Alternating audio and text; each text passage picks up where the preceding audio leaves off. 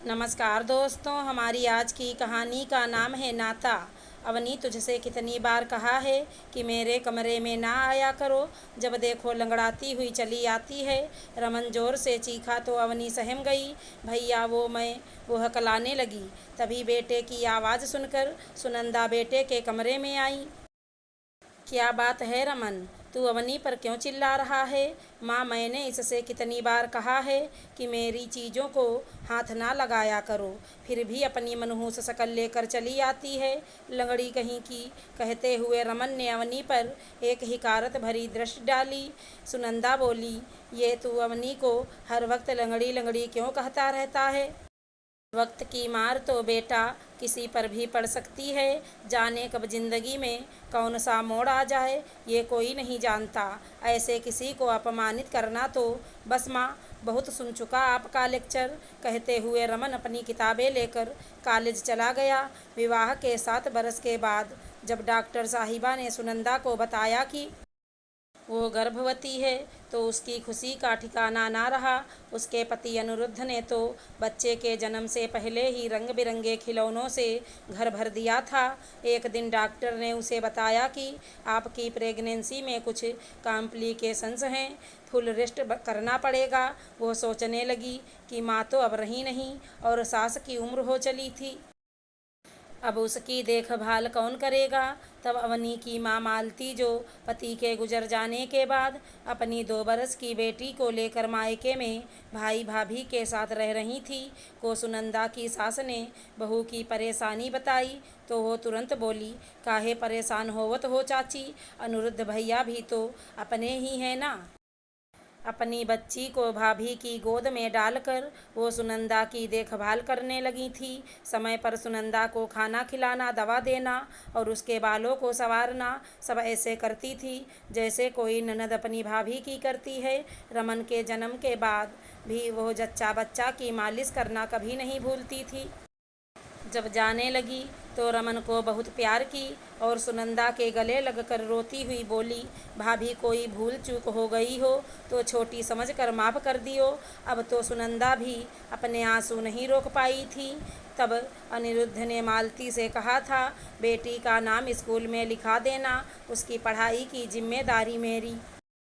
Avani school जाने लगी थी। पढ़ाई के साथ साथ वो खेल कूद में भी होशियार थी।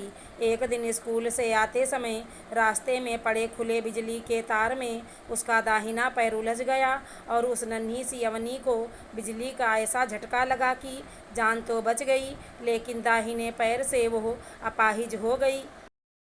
7वीं कक्षा की परीक्षा देने के बाद उसने 8वीं में नाम लिखाया। एक दिन स्कूल से वापस आई तो घर में भीड़ देखी। अंदर जाकर देखा तो मालती बिस्तर पर चिरनिद्रा में पड़ी हुई थी। मामा मामी का सहारा तो पहले ही छिन चुका था और अब माँ भी। खबर मिलते ही अनिरुद्ध आए और अवनी को अपने साथ ले आए। सुनंदा ने स्कूल में अवनी का नाम लिखाना चाहा तो उसने मना कर दिया और घर के कामों में खुद को व्यस्त कर लिया। छोटा रमन भी उसे दीदी दीदी कहकर उसके साथ खेलता रहता। रमन जब बड़ा हुआ तो न जाने कैसे उसके मन में अमीर गरीब का भेदभाव उत्पन्न हो गया और तभी से उसे अवनी से चिढ़ होने लगी थी। सुनंदा ने कई बार अवनी को समझाया कि बेटी रमन का ख्याल रखना छोड़ दे, तब वो कहती, मामी, छोटे भाई की बात का क्या बुरा मानना। और आज भी उसने रमन के गुस्से को नज़रअंदाज कर दिया। सुनंदा और अनिरुद्ध को एक शादी में मेरठ जाना था। उनके जाने के एक दिन बाद रमन भी 3 दिनों के लिए कॉलेज ट्रिप पर चला गया। घर के कामों से फ्री होकर अवनी एक किताब लेकर पढ़ने बैठी ही थी कि टेलीफोन की घंटी बजी। उसके हेलो कहते ही उधर से आवाज़ आई, रमन का एक्सीडेंट हो गया है और वो हॉस्पिटल में एडमिट है। सुनते ही वो तुरंत ऑटो लेकर हॉस्पिटल पहुंची। खून से लथपथ रमन को देखकर उसका कलेजा मुंह को आ गया।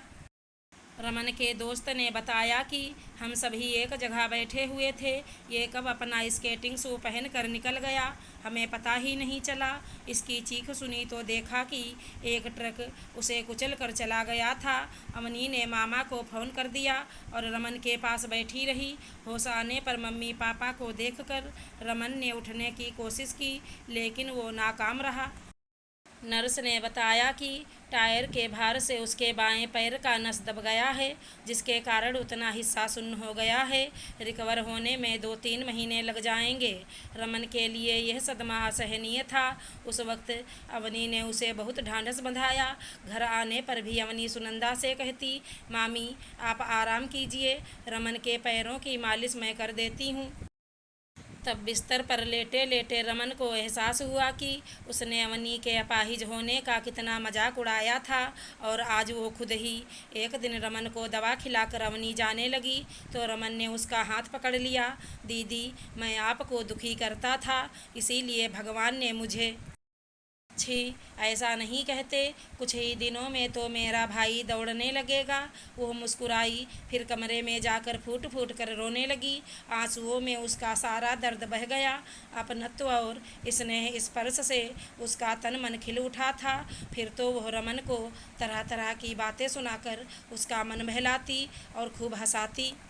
उसकी निस्वार्थ सेवा से रमन जल्दी ही ठीक हो गया और फिर से अपने पैरों पर चलने लगा। रक्षाबंधन के दिन अवनी को रमन की कलाई पर राखी बांधते देख सुनंदा अपने पति से बोली, सच है जी, कब जिंदगी में कौन सा मोड़ आ जाए ये कोई नहीं जानता।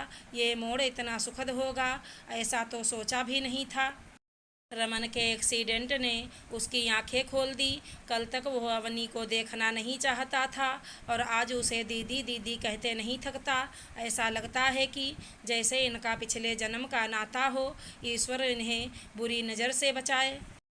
कहकर वह थू थू करने लगी तो अनिरुद्ध भी हंसने लगे। अगर हमारी कहानी पसंद आई हो तो चैनल को लाइक शेयर सब्सक्राइब करें।